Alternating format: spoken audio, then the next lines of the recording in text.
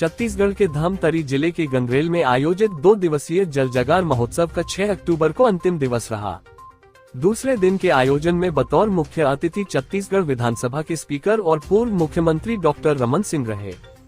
Doctor Raman Singh के साथ PHE मंत्री व डिप्टी सीएम अरुण साहू भी रहे। साथ में महासमुंद और कांकेर लोकसभा के सांसद भी बतौर अतिथि शामिल हुए। सबसे पहले अतिथियों ने कबाड़ से जुगाड़, जल संरक्षण के लिए लगाए गए प्रदर्शनी, स्कूली छात्रों द्वारा प्रस्तुत जल विधानसभा का परिचय लिया और बच्चों के प्रयासों को सराहा। डॉक्टर रमन सिंह ने अपने उद्बोधन में जल का महत्व बताया और उन्होंने आंकड़े देते हुए कहा कि धमतरी जिला डबल फसल वाला इलाका है। यहाँ 40 साल पहले 40-50 फीट की गहराई में भू जल मिल जाता था, लेकिन अब 300 फीट खोदने पर भी पानी नहीं मिल रहा है। ये गंभीर संकट का संकेत है। उन्होंने वैश्विक आंकड़ों को बताते हुए कहा कि पूरे विश्व में उपलब्ध पानी में से सिर्फ 0.6% पानी मनुष्य के पीने योग्य है और यह भी अगर भूजल स्तर नीचे गिरता जाए तो पूरी पृथ्वी मरुस्थल में बदल जाएगी। इसलिए पानी और पौधों का संरक्षण बहुत जरूरी है। रमन सिंह ने मध्यकालीन कवि अब्दुल रहीम के प्रसिद्ध दोहे को फिर से मंच पर दोहराया, जिसमें कहा गया है कि रहीमन पानी राखिए बिन पानी सब सून, पानी गए न उभरे मोती मानुष चुन। उन्होंने बताया कि 16वीं शताब्दी में ही जानकार लोगों ने पानी का महत्व समझ लिया था और उसे दौर से ही पानी को बचाकर रखने के संदेश लगातार दिए जा रहे हैं और आज स्थिति यहां तक पहुंच गई है कि अब तुरंत नहीं जागे तो भविष्य बहुत तकलीफदेह हो सकता है। धमतरी में आयोजित इस जल जगार महोत्सव की कल्पना करने के लिए उन्होंने धमतरी कलेक्टर और उनकी टीम को बहुत बधाई दी और शुभकामनाएं भी दी। इसके बाद डॉक्टर रमन सिंह और सभी अतिथियों ने एक साथ शानदार ड्रोन शो देखा। ड्रोन शो में बेहद हैरान करने वाले तरीके से नई टेक्नोलॉजी से किस तरह से कलाकारी को उभारा जा सकता है, इसका प्रदर्शन किया गया।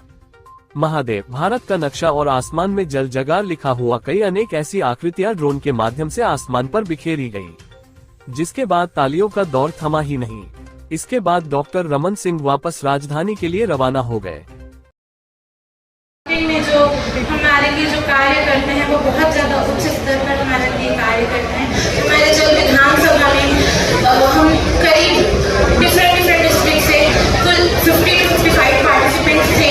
सभी ने डिफरेंट पोस्ट पे उनको चुना गया था और हम सभी ने जानकारी जल के बारे में डिफरेंट डिस्ट्रिक्ट के जल के बारे में जानकारी एकत्रित करके हमारे विधानसभा में इसके बारे में चर्चा की और हमें विधानसभा से बहुत कुछ जानने को मिला। और सबसे ज़रूरी चीज़ जो हमारे जो रिस्पेक्टेड पोस्ट में जो सर बैठते हैं उन सबके जो कार्य होता है उसके बारे में हमें बहुत कुछ जानने मिला और उससे हमें बहुत ज़्यादा प्रेरणा मिली। नमस्कार, मैं मुख्यमंत्री सोमेश्वर प्रसाद गंजी जल जीवन मिशन पर हुए चर्चा के निर्णयों की समीक्षा करने हेतु आप सभी के समक्ष उपस्थित हूँ। महोदय, जल जीवन मिशन के तहत हमने यह निर्णय लिया कि भारत के प्रथम व्यक्ति से लेकर अंतिम व्यक्ति तक, छत्तीसगढ़ के प्रथम व्यक्ति से लेकर छत्तीसगढ़ के अंतिम व्यक्ति तक 55 लीटर प्रति व्यक्ति जल की आपूर्ति करेंगे। हम छत्तीसगढ़ के हर एक घरों को जोड़ेंगे एक नल के माध्यम से। छत्तीसगढ़ के हर एक घर, हर एक शहर, हर एक जिला और हर एक नगरों को हम स्वच्छ जल, स्वच्छ तल एवं स्वस्थ वातावरण प्रदान करेंगे। यह निर्णय हम लोगों ने लिया। छत्तीसगढ़ की जनसंख्या में कुछ शिक्षित लोग हैं और अशिक्षित लोग हैं। ऐसे लोगों को जागरूक करने के लिए हमने विभिन्न योजनाएं चलाई और उनका सबको पालन करने का आदेश दिया। धन्यवाद। नेता प्रतिपक्ष की भूमिका निभाई है। नेता प्रतिपक्ष के भूमिका में हमने यह देखा है कि किस प्रकार से मंत्रीगण, विधायकगण अपना जो हम सवाल देते हैं उसका जवाब देते हैं, फिर भी उस जवाब में हमको संतुष्टि नहीं मिलती है। तो उसके लिए भी हमने प्रोसेस किया है और हर एक कार्यों, जैसे हमको विषय था जल जीवन मिशन, तो जल जीवन मिशन के कार्यों को हमने उस विधानसभा में प्रदेश भर के कार्यों की समीक्षा की है और अपने आवाज पक्ष के सामने बुलंदी से हमने विपक्ष में रखा है। धन्यवाद। जो आज जल सभा आयोजन करेंगे इसे हमारा पीएचई मंत्री की भूमिका मेरी से जो ओकर अंतर्गत पहली बार में ऐसा सभा में पहली बार पार्टिसिपेट कर हमारा अनुभव नहीं है, लेकिन माननीय हमारे जो इस सभा के आयोजन करे से ओकर मैं बहुत धन्यवाद करना चाहता हूँ। जो मोर जैसे छोटे क्षेत्र के आने वाले विद्यार्थी का मौका दे कि वो अपन क्षेत्र के बारे में बता सके और मैं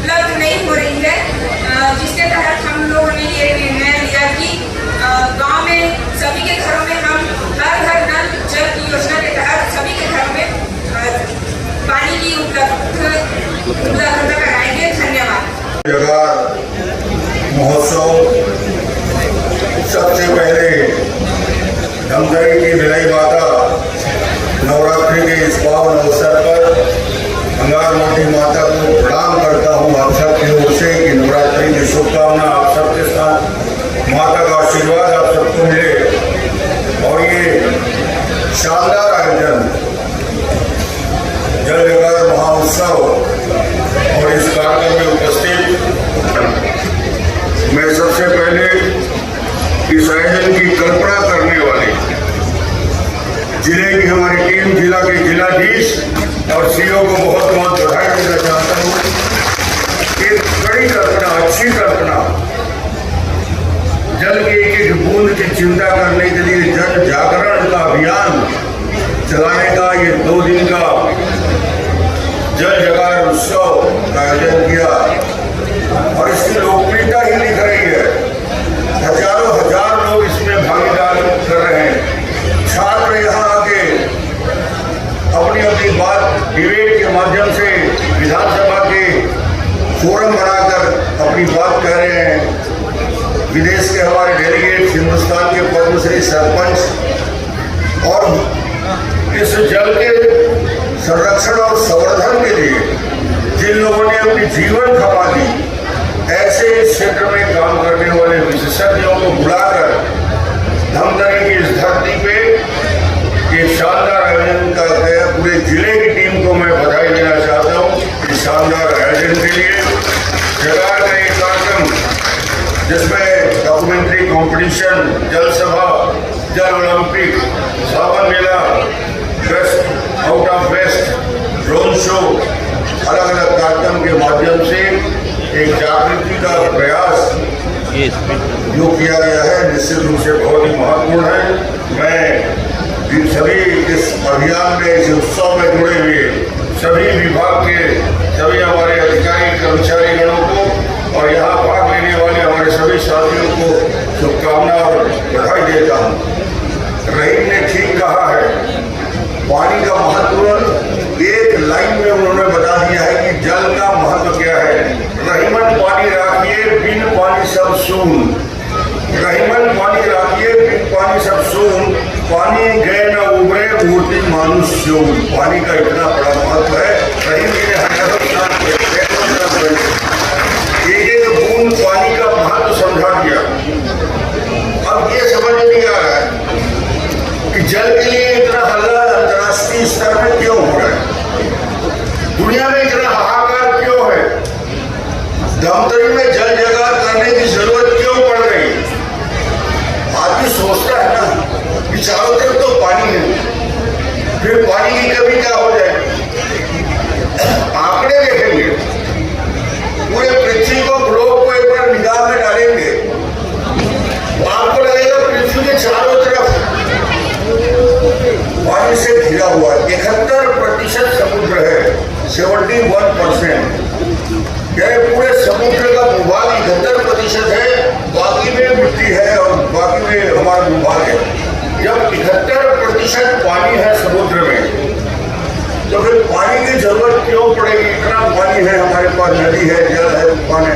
उसका मैं एनालिसिस बता रहा हूँ, आप जानते भी हैं, विज्ञान के विद्यार्थी पढ़े भी होंगे, स्कूलों में, कॉलेज में इस बात को बताया जाता है। याद दिला रहा हूँ वापस में फिर से बहुत पुरानी बात को कि पानी का हिस्सा, हमारे हिस्सा कितना है पानी, जिसको सुनने के बाद आप आश्चर्यचकित रहेंगे और मेरे से कुछ प्रश्न भी करने चाहेंगे। समुद्र का पानी जो होता है, पूरे उपलब्ध जल का, यानी जितना पानी उपलब्ध है पृथ्वी में, उसका 97% 97% समुद्र का खारा पानी है, जिसको पी नहीं सकते। 97% पानी। तो जब पूरा पानी खारा हो गया, जिसका आप उपयोग नहीं कर सकते, पी नहीं सकते, तो फिर पीने के लिए पानी कितना है हमारे पास। उसका एनालिसिस आपको बताऊं कि 3% बच जाता है 97 के बाद, और वो 3% पानी में उत्तरी ध्रुव और दक्षिणी ध्रुव का जो बर्फ है, ग्लेशियर है, बर्फ के रूप में जो पानी है हजारों साल से, वो 2.4% है, जिसका उपयोग नहीं कर सकते आप। 97 प्लस 2.4%। अब आपको लगेगा हमारे लिए पानी कितना है, मनुष्य के सिर्फ आपके लिए उपलब्ध है पूरे पृथ्वी में 0.6%। इसलिए इतना ही पानी है, यानी एक मग्गा में पानी लोगे आप जो पूरा पृथ्वी का जल है, तो छोटे से कटोरी में आधा कटोरी जल होगा जो पीने लायक रहेगा, बाकी के बाकी सब खारा और वेस्ट पड़ रहेगा। उस 0.6% वाटर में भी कितना प्रदूषण कर रहे हैं। जो हमारा पृथ्वी है, जो हमारा शरीर है, जो हमारा निर्माण हुआ है, 5 एलिमेंट बोला जाता है। आयुर्वेद इसको पंचभूत कहते हैं, पृथ्वी जल तेज वायु आकाश। ये सब फ्री में मिलने वाला है। हवा भी आपको फ्री में मिलता है, पानी भी फ्री में मिलता है। मगर जब कोविड आया तो हमको समझ में आया कि हवा कितना कीमती है।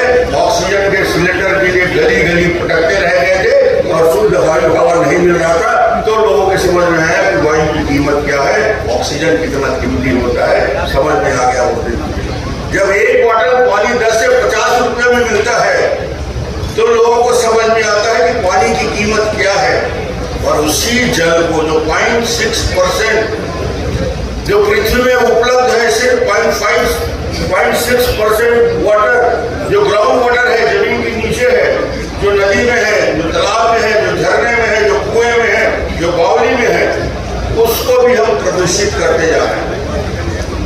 दुनिया के सारे फैक्ट्री के पानी उसी में जा रहा है। गंगा नदी में पूरे का पूरा लेजर का सड़ा हुआ पानी जा रहा है। जितने शहर हैं बड़े बड़े, उसके जितने भी खराब पानी है वो सब नदियों में जा रहा है और आप उसी को पी रहे हो, हम उसी को पी रहे हैं। सारी दवाइयां जो डालते हैं हम फसल में, इंसेक्टिसाइड और पेस्टिसाइड, वो डिसाइड होकर फिर वापस पानी आता है हमारे पीने लायक पानी में मिल जाता है। हम जहरीला पानी पी रहे हैं, हम जहर पी रहे हैं। अभी भी यदि सावधान नहीं रहे और पानी की रक्षा के लिए चिंता नहीं किए, जल के भूगर्भ के नीचे जो पानी है, बहुत बुजुर्ग लोग भी बैठे हैं इस कार्यक्रम में। आज से 20 साल 40 साल पहले धमतरी के आसपास 30 फीट खोदने में कुएं में पानी निकल जाता था, 100 फीट में नलकूप में पानी मिल जाता था। अब वो 100 फीट ऊंच चले गए, 300 फीट 400 फीट पे नल पे पानी, नलकूप में पानी नहीं मिलता, पानी नीचे जा रहा है। अब मुझसे एक प्रश्न पूछते हैं विज्ञान के विद्यार्थी कि नीचे जा रहा है तो आपको क्या दिक्कत?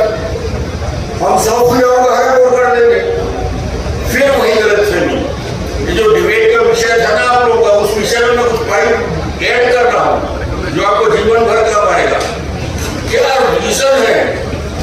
क्योंकि मैं अब स्पीकर की भूमिका में बोल रहा हूँ कुछ बातें। जो स्पीकर कहाँ है वो हमारी, हाँ, इससे मैं बहुत प्रभावित हुआ। बहुत शानदार कुर्सी में बैठे तो डरना होता है, कुर्सी में दबाव रहना चाहिए। तुम जब बैठे होगे तो पूरा दबाव होना होगा। बहुत बढ़िया। तो जल के बारे में जो भूजल है वो हम बर्बाद करते जा रहे हैं।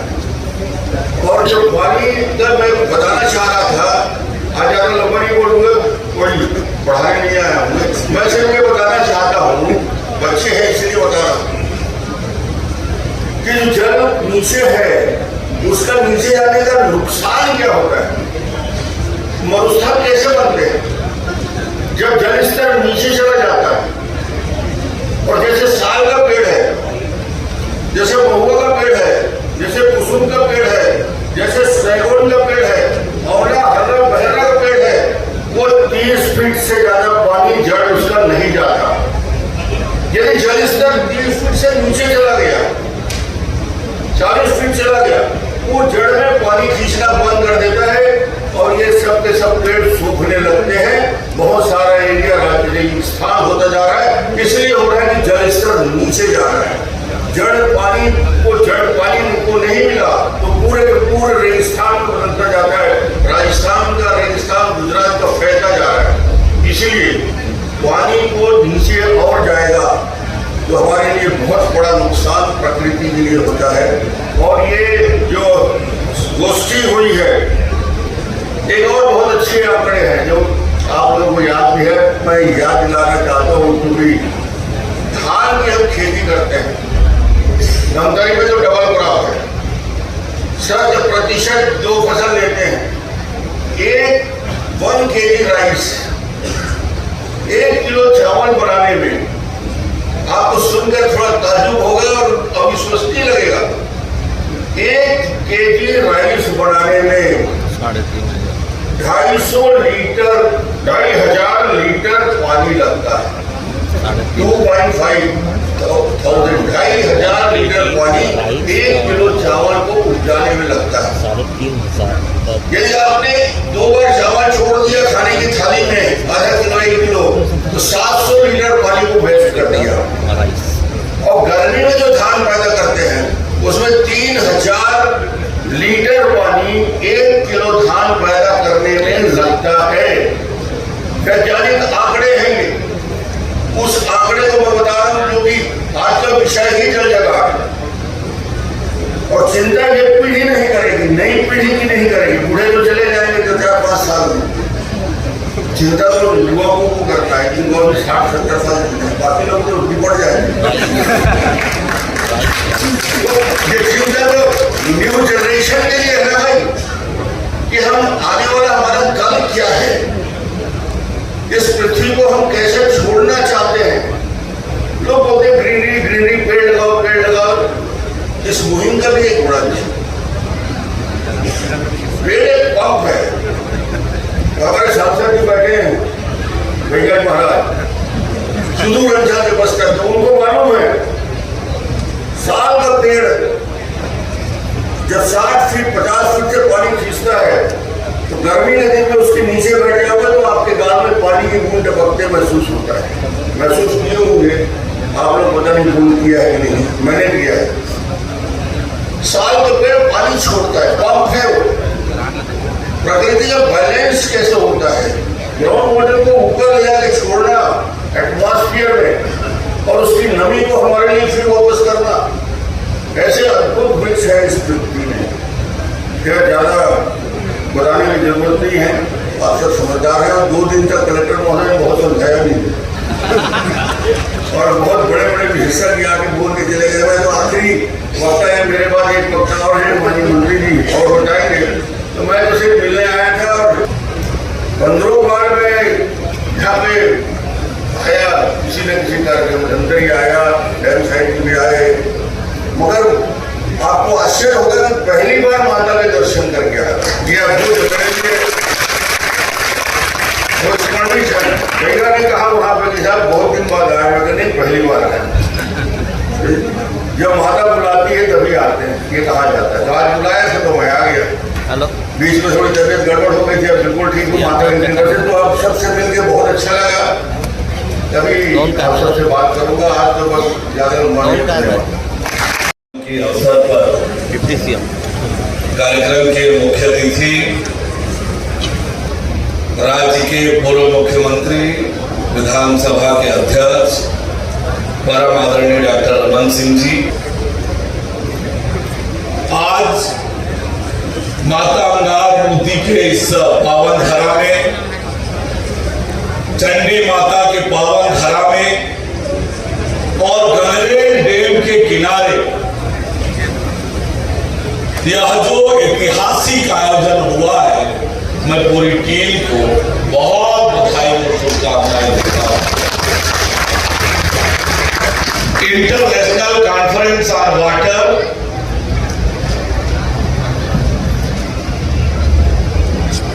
जल पर विचार दुनिया का समर्थन, water conservation and saving of water is now the burning and very, very relevant topic for the world. It is most relevant topic for the world to save the water and to prepare for conservation of water.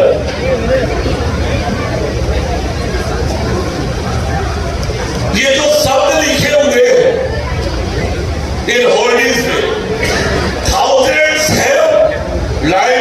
Without love, हजारों बिना प्यार के जी सकते हैं, पर पानी के बिना एक भी जी नहीं सकता।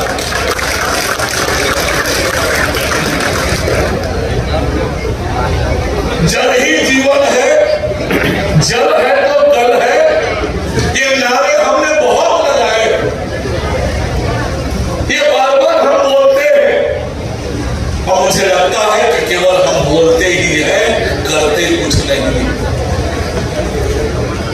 ये जो कहा जाता है कि जल ही जीवन है, ये केवल मछली के लिए नहीं है, जल ही जीवन ये हम सब के लिए भी है। और तो दुनिया के सामने जल का संकट खड़ा होने वाला है, इससे बचने के केवल दो ही तरीके हैं, एक तो जल का संचय और जल का संरक्षण। हमारे वेदों में, पुराणों में जल को लेकर कितनी बातें कही गई है, कितना महत्व है हमारे वेदों में, पुराणों में कितना महत्व दिया है हमारे वेद पुराण ने जल को।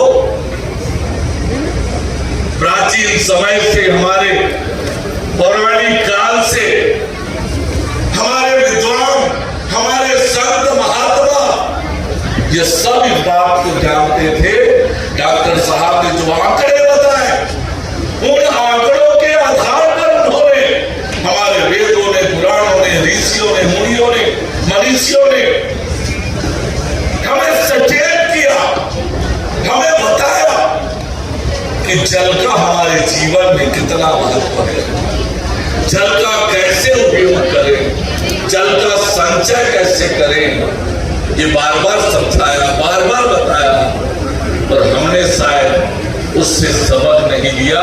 और आज अनेक क्षेत्र ऐसे हैं जहां पर पानी की जब घोर संकट उत्पन्न होती है, कैसे हो जाता है जीवन, कैसे लोगों को तकलीफ होती है बिना जल के। ये बात की आप कल्पना करें, और कल्पना करें तो आपको ध्यान में आएगा कि ये बहुत भयावह स्थिति हो गई है, बहुत कठिन हो गया है, और इसके लिए हम सबको आगे आना पड़ेगा। जिस प्रकार का काम श्याम सुंदर पालीवाल जी ने अपने पंचायत में किया, जिस प्रकार का काम पोपटराव पवार जी ने किया है, इन सबसे हमको प्रेरणा लेनी पड़ेगी कि मेरे गांव में, मेरे मोहल्ले में जल का संचय मैं कैसे करूं, जल का संरक्षण मैं कैसे करूं, लोगों को कैसे प्रेरित करूं। ये हम सबको ये प्रेरणा देता है। धमतरी जैसे स्थान पर, माता नागमती की धरती पर, मां चंडी की पावन धाम, इतने बड़े गंगरेल डैम के किनारे इतना बड़ा आयोजन, इंटरनेशनल कॉन्फ्रेंस ऑन वाटर। मैं तो, मुझे लगता है कि एक बार तालियों से नम्रता गांधी जी का अभिनंदन करना चाहिए, इतना बड़ा कार्यक्रम किया, इतने जागरूकता के काम, पूरा कैंपस, पूरे प्रदेश और देश में इस कॉन्फ्रेंस की चर्चा हो रही है। छत्तीसगढ़ के धमतरी में इंटरनेशनल कॉन्फ्रेंस ऑन वाटर हो रहा है, पूरी दुनिया में चर्चा हो रही है, विदेश के हमारे मेहमान आए। We have here the foreign delegates, we have the experts here to motivate us, to guide us how to save the water, how to conserve the water। और इसलिए आज जब भारत सरकार की योजनाएं आप देखें, नरेंद्र मोदी जी के नेतृत्व में जो सरकार चल रही है, जल जीवन मिशन का काम, जल शक्ति अभियान का काम, अमृत सरोवर, अमृत मिशन, एक पेड़ मां के नाम, आप कल्पना कर सकते हैं कि पेड़ को मां से जोड़ना,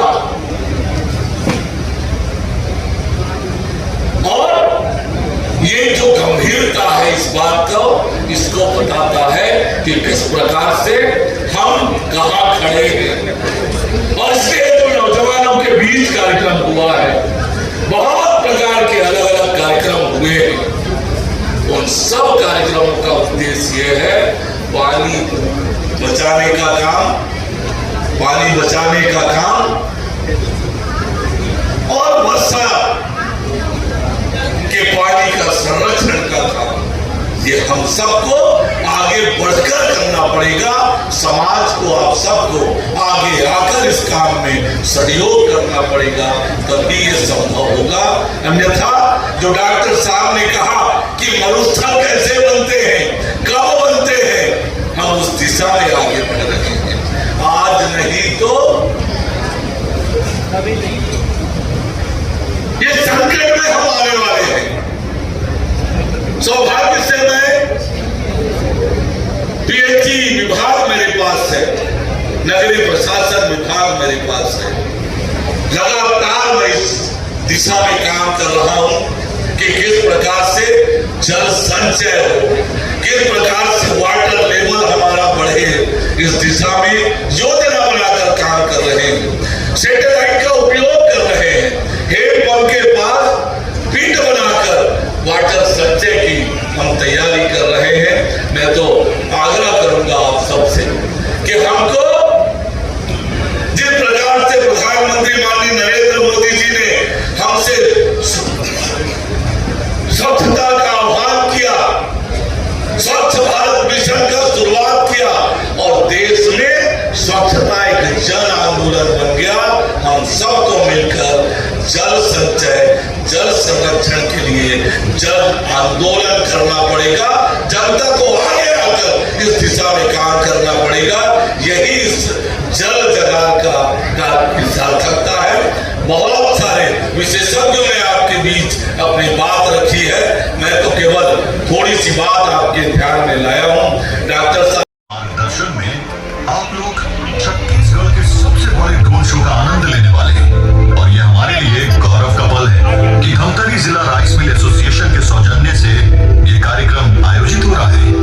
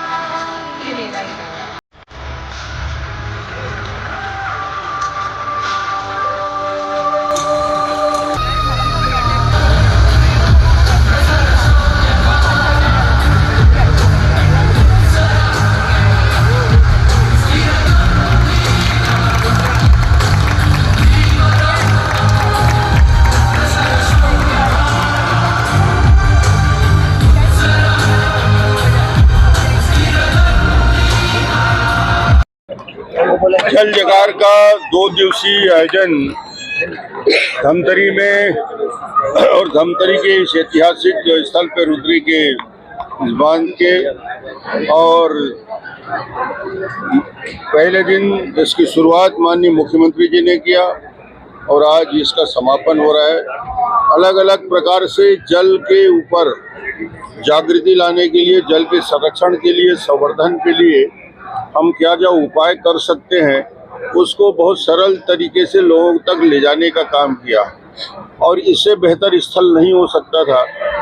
अलग अलग ड्रोन शो के माध्यम से, यहाँ छात्र संसद के माध्यम से विशेषज्ञ पूरे देश और दुनिया से आए थे, उनके द्वारा अपने अपने अनुभव को बताते हुए कि कैसे पानी की रक्षा हमको करना है, जल संरक्षण करना है, वृक्षारोपण करना है, प्रकृति को और को बचाना कैसे है, ये विषय में महत्वपूर्ण चर्चा हुई। यहाँ के जिलाधीश और यहाँ के पूरी टीम को मैं बधाई देता हूँ। माननीय हमारे डिप्टी सीएम साहब भी यहाँ आज इस कार्यक्रम में हमारे बीच उपस्थित रहे, जिनके पास न केवल पानी के संचय का और पानी पिलाने का जल जीवन मिशन का जवाबदारी भी उनके ऊपर है। तो निश्चित रूप से छत्तीसगढ़ सरकार मुख्यमंत्री के नेतृत्व में इस दिशा में पूरी कार्य योजना बना के प्रधानमंत्री जी के निर्देश के अनुसार जल जो जीवन मिशन है, जल संरक्षण का मिशन है, हर घर में हर व्यक्ति तक पानी पहुंचाने का काम कर रहे हैं और ये निश्चित रूप से 2 दिन की जागृति पूरे प्रदेश के लिए महत्वपूर्ण है। डॉक्टर साहब, स्पीकर सर, एक प्रश्न है कि आप अभी स्पीकर की भूमिका में हैं और रहीन के दोहे का आपने उल्लेख किया था, उसमें पानी का जो दूसरा अर्थ है उसमें कि राजनीति में भी जल जगार की आवश्यकता लगती है। पानी उतर गया आदमी का तो क्या बचता है मेरे भाई, कई लोगों को पानी उतर चुका है। चलिए।